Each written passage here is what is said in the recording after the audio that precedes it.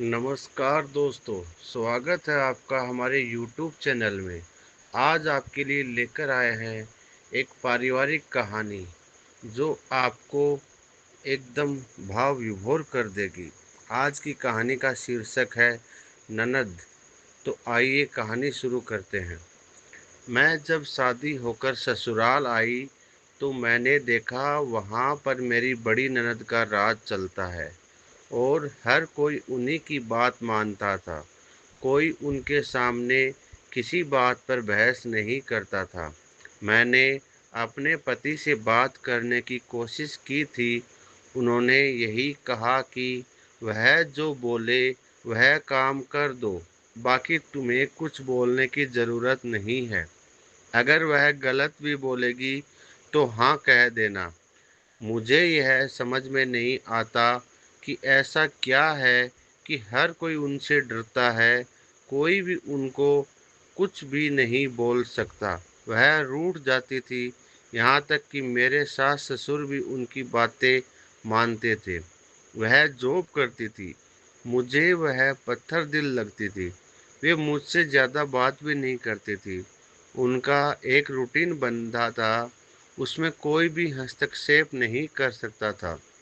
वह सुबह 6 बजे उठकर घूमने जाती थी। 8 बजे उन्हें नाश्ता चाहिए था।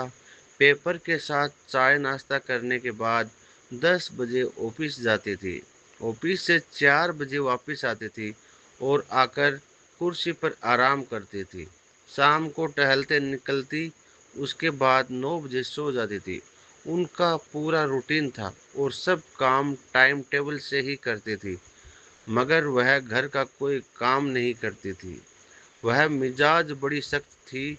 मैंने बहुत कोशिश करी, ऐसा क्या कारण है दीदी का ऐसा रूखा व्यवहार है और सभी लोग उनकी बात मानते हैं, मगर मुझे समझ में नहीं आता था। मुझे उनसे नफरत होने लगी थी। एक दिन घर पर कोई नहीं था और मेरी मौसी सास आई। जब मैंने उनसे इस बारे में पूछा, उन्होंने बताया, राधिका, यह हमारी दीदी का नाम था। राधिका पहले ऐसी नहीं थी। वह बहुत ही मिलनसार लड़की थी और सबसे मिलजुल कर रहती थी, सबका काम करती थी। फिर उसकी शादी की उम्र हुई तो अच्छा लड़का और परिवार देखकर उसकी शादी भी कर दी। दीदी का परिवार बहुत अच्छा था।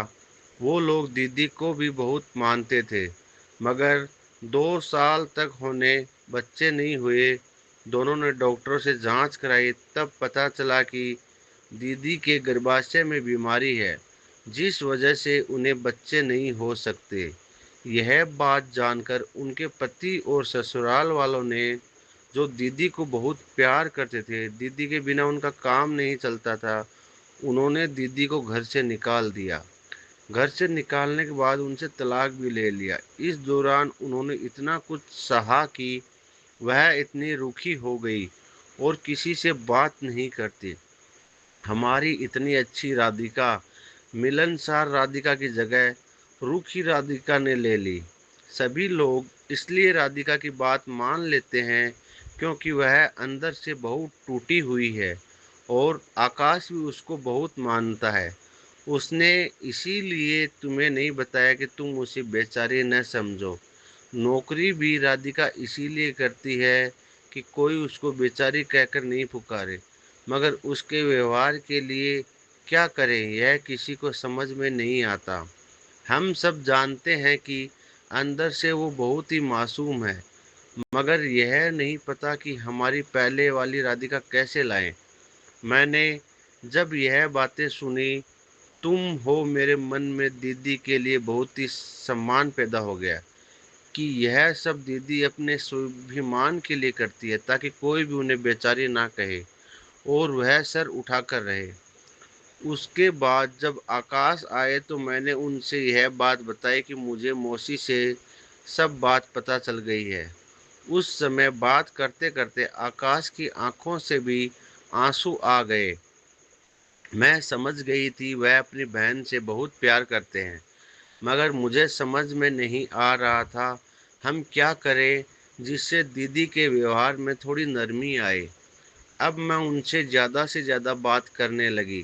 पहले तो मैं खुद ही उन्हें पसंद नहीं करती थी, इसलिए मैं ज़्यादा बात नहीं करती थी, मगर अब मैं खुद से ही बात करने लगी। हर काम के बारे में उनसे पूछने लगी, मगर उनका व्यवहार वैसा ही था। वह हाँ ना के अलावा कोई जवाब नहीं देती थी। वह ज़्यादा सजती-संवरती भी नहीं थी, बिल्कुल सादगी में रहती थी। उन्हें कितनी बार बाज़ार जाने का भी कहती, घूमने का कहती, मगर मेरे साथ कभी नहीं जाती। मुझे समझ नहीं आ रहा था, किस तरह मैं उनका व्यवहार चेंज करूँ। इसी बीच पता चला कि मैं गर्भवती हूँ। सभी लोग मेरा बहुत ख़्याल रखने लगे, मगर राधिका दीदी मुझसे दूर ही दूर रहती थी। एक दिन हम सब बैठे ऐसे ही बातें कर रहे थे। आकाश कह रहे थे उन्हें बेटा चाहिए। मम्मी जी पापा जी बातें कर रहे थे और इसी बीच मैंने कहा कि मुझे बेटी चाहिए, बिल्कुल राधिका दीदी जैसी। इसके साथ ही मैंने राधिका दीदी की तरफ देखा तो मैंने देखा कि उनके चेहरे पर भाव आ रहे हैं। तुरंत उठकर चली गई।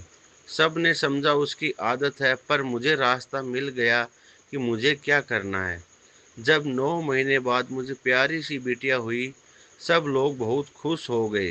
राधिका दीदी भी मुझे हॉस्पिटल में देखने आई। उन्होंने कहा कुछ नहीं और बिटिया को देखकर जाने लगी। मैंने उनका हाथ पकड़ लिया और कहा कि दीदी यह नहीं चलेगा, यह आपकी बिटिया है, मैं आपको देती हूँ। इतना कहकर मैंने दीदी के हाथ में मेरी गुड़िया दे दी। दीदी की आंखों से आंसू की धारा गिरने लगी। ऐसा लगा उनका इतना दिनों का जो अवसाद था वो सब बह गया और उसी के साथ उनका रूखापन भी चला गया। जब सब आए तो वह दीदी का बदला रूप देखकर प्रसन्न और खुश हो गए। उन्हें अपनी पुरानी राधिका मिल गई थी और आकाश गर्व भरी नज़रों से मेरी तरफ देख रहे थे। दोस्तों, परिवार में सब मिलजुल कर और सब अपने विचार आदान प्रदान करते रहें, अपने दुख सुख को बांटते रहें, तो परिवार हमेशा खुशी खुशी आगे बढ़ता रहता है। आपको यह कहानी कैसी लगी, कमेंट बॉक्स में ज़रूर बताएं। साथ ही चैनल पर नए हो तो चैनल को सब्सक्राइब करें, लाइक करें और शेयर करें। धन्यवाद।